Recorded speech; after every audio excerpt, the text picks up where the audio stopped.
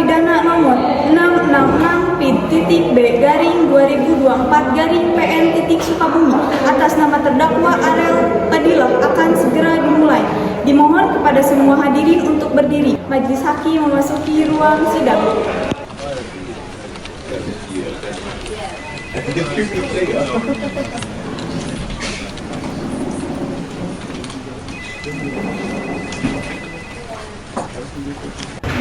Dengan mengucapkan Bismillahirrahmanirrahim, sidang perkara pidana nomor 666-B/2024-PN Sukabumi atas nama terdakwa Arel Fadilah dibuka dan dinyatakan terbuka untuk umum.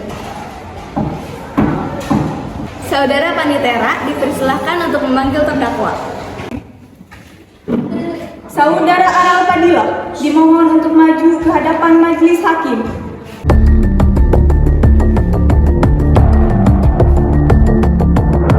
Saudara terdakwa, sebelum sidang dimulai, kami akan menanyakan identitas Anda.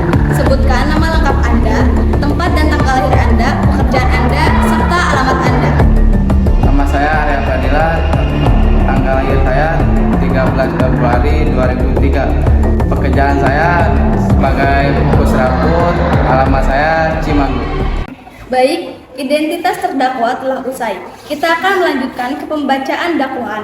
Saudara jaksa penuntut umum, silakan membacakan surat dakwaan.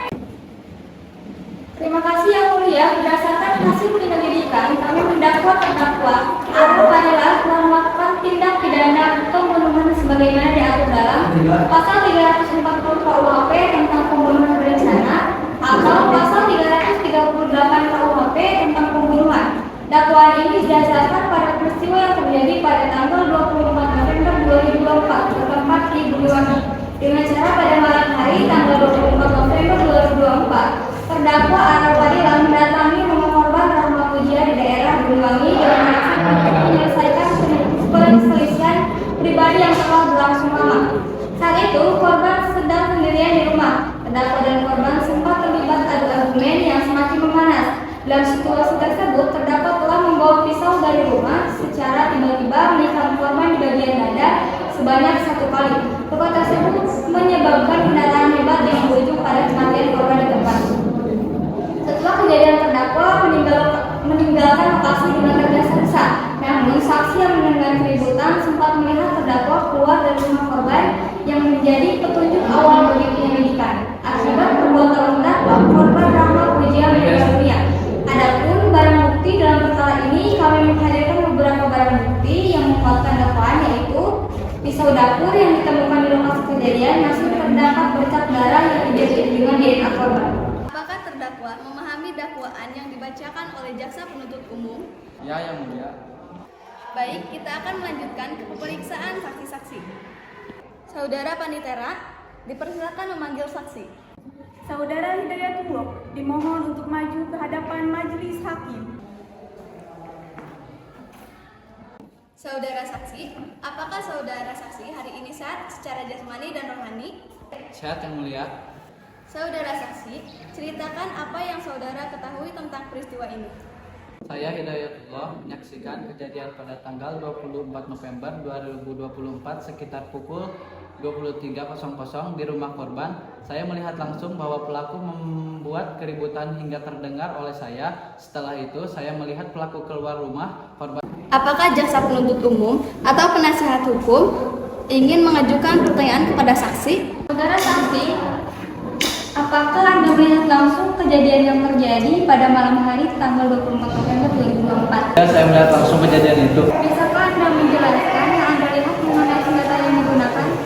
Saya melihat pelaku memegang pisau dapur, pisau yang biasa digunakan untuk memasak, dan dia mengarahkannya ke korban. Saudara saksi, apakah Anda dapat memastikan siapa yang memegang pisau tersebut? Ya, saya melihat dengan jelas bahwa pelaku yang memegang pisau tersebut tidak ada orang lain yang terlibat. Apakah ada tanda-tanda bahwa kejadian tersebut merupakan rencana sebelumnya? Saya melihat pelaku sempat berbicara dengan korban sebelum kejadian yang sepertinya sudah ada niat untuk melukai. Saudara saksi, kami mengingatkan bahwa saudara harus memberikan keterangan yang benar di bawah sumpah. Apabila saudara memberikan keterangan palsu, saudara dapat diberikan sanksi pidana. Apakah saudara bersedia disumpah? Ya, saya bersedia Yang Mulia. Kepada Hakim Anggota 1, diperintahkan untuk memimpin sumpah. Bismillahirrahmanirrahim. Bismillahirrahmanirrahim. Wallahi, demi Allah saya bersumpah. Demi Allah saya Maka saudara saksi wajib memberikan keterangan yang sebenar-benarnya.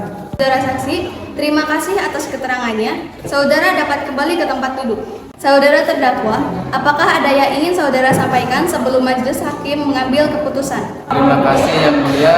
Saya hanya ingin menyampaikan bahwa saya sangat menyesal kejadian ini. Saya mohon keringannya hukuman. Sidang diskor selama 30 menit untuk musyawarah majelis hakim.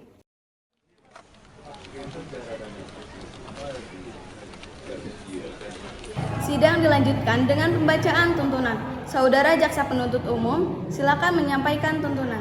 Terima kasih Yang Mulia, berdasarkan fakta-fakta yang terungkap di persidangan, kami menuntut terdakwa Ariel Padilla dengan pidana penjara seumur hidup karena terbukti secara sah dan meyakinkan melakukan tindak pidana pembunuhan berencana.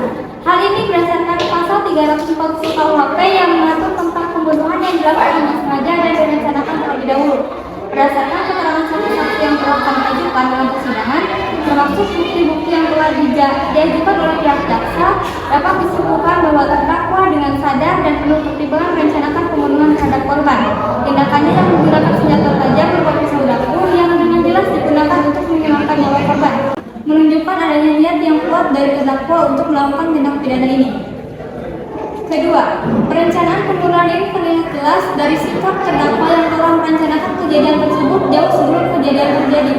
Berdasarkan bukti dan keterangan dari saksi yang mengetahui percakapan terdakwa dengan korban, terdakwa memiliki niat untuk melukai korban yang kemudian berujung pada pembunuhan tersebut. Ketiga, dalam melakukan pembunuhan, terdakwa tidak hanya menunjukkan niat dan rencana, tetapi juga tindakan yang brutal dengan menusukkan pisau pada korban dengan sengaja dan membiarkan korban menderita tanpa memberikan pertolongan.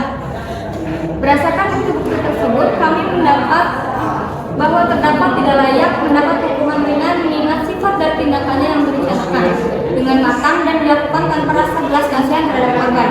Dengan pertimbangan perbuatan terdakwa yang telah merampas hak hidup seseorang dengan cara yang sangat kejam dan berencana, kami menuntut agar terdakwa Ariel Padilla dijatuhi pidana penjara seumur hidup atau pidana mati sesuai dengan ketentuan yang berlaku dalam pasal 340 KUHP. Demikianlah tuntutan kami Yang Mulia. Kami berharap majelis hakim dapat mempertimbangkan dengan cermat bukti-bukti dan fakta yang terungkap di persidangan dalam menjatuhkan keputusan yang Berdasarkan fakta-fakta persidangan, bukti-bukti yang diajukan serta pertimbangan hukum, majelis hakim memutuskan: pertama, menyatakan terdakwa Ariel Padilla terbukti bersalah melakukan tindak pidana sebagaimana didakwakan. Dua, menjatuhkan pidana kepada terdakwa berupa hukuman yang dijatuhkan, seperti penjara seumur hidup. Demikian putusan ini dijatuhkan. Apakah jaksa penuntut umum atau terdakwa akan mengajukan upaya hukum? Yang Mulia, saya menerima putusan yang diajukan oleh penjelasan hakim yang tidak bermaksud mengajukan banding dan akan menghormati keputusan ini. Berdasarkan bukti-bukti tersebut, kami berpendapat bahwa terdakwa tidak layak mendapatkan hukuman ringan mengingat sifat dari tindakannya yang direncanakan dengan matang dan dilakukan tanpa rasa belas kasihan terhadap korban. Dengan mempertimbangkan perbuatan terdakwa yang telah merampas hak hidup seseorang dengan cara yang sangat kejam dan terencana, kami menuntut agar terdakwa Ariel Padilla dijatuhi pidana penjara umur hidup. Saudara penasihat hukum, silakan menyampaikan pembelaan. Terima kasih Yang Mulia. Berdasarkan fakta-fakta yang terungkap di persidangan, kami berpendapat bahwa terdakwa seharusnya mendapatkan keringanan hukum. Dalam kesempatan ini, kami selaku penasihat hukum terdakwa Ariel Padilla akan mengajukan pembelaan sebagai berikut. Yang pertama, kami menyatakan bahwa tidak dapat bukti yang cukup untuk membuktikan bahwa terdakwa dengan sengaja dan penuh perencanaan melakukan tindak pidana pembunuhan. Bukti-bukti yang tidak ada secara meyakinkan menunjukkan niat jahat dari terdakwa. Kedua, kami juga mengajukan bahwa perbuatan terdakwa dilakukan dalam keadaan terdesak dan emosi yang memuncak, sehingga dapat dianggap sebagai pembelaan diri.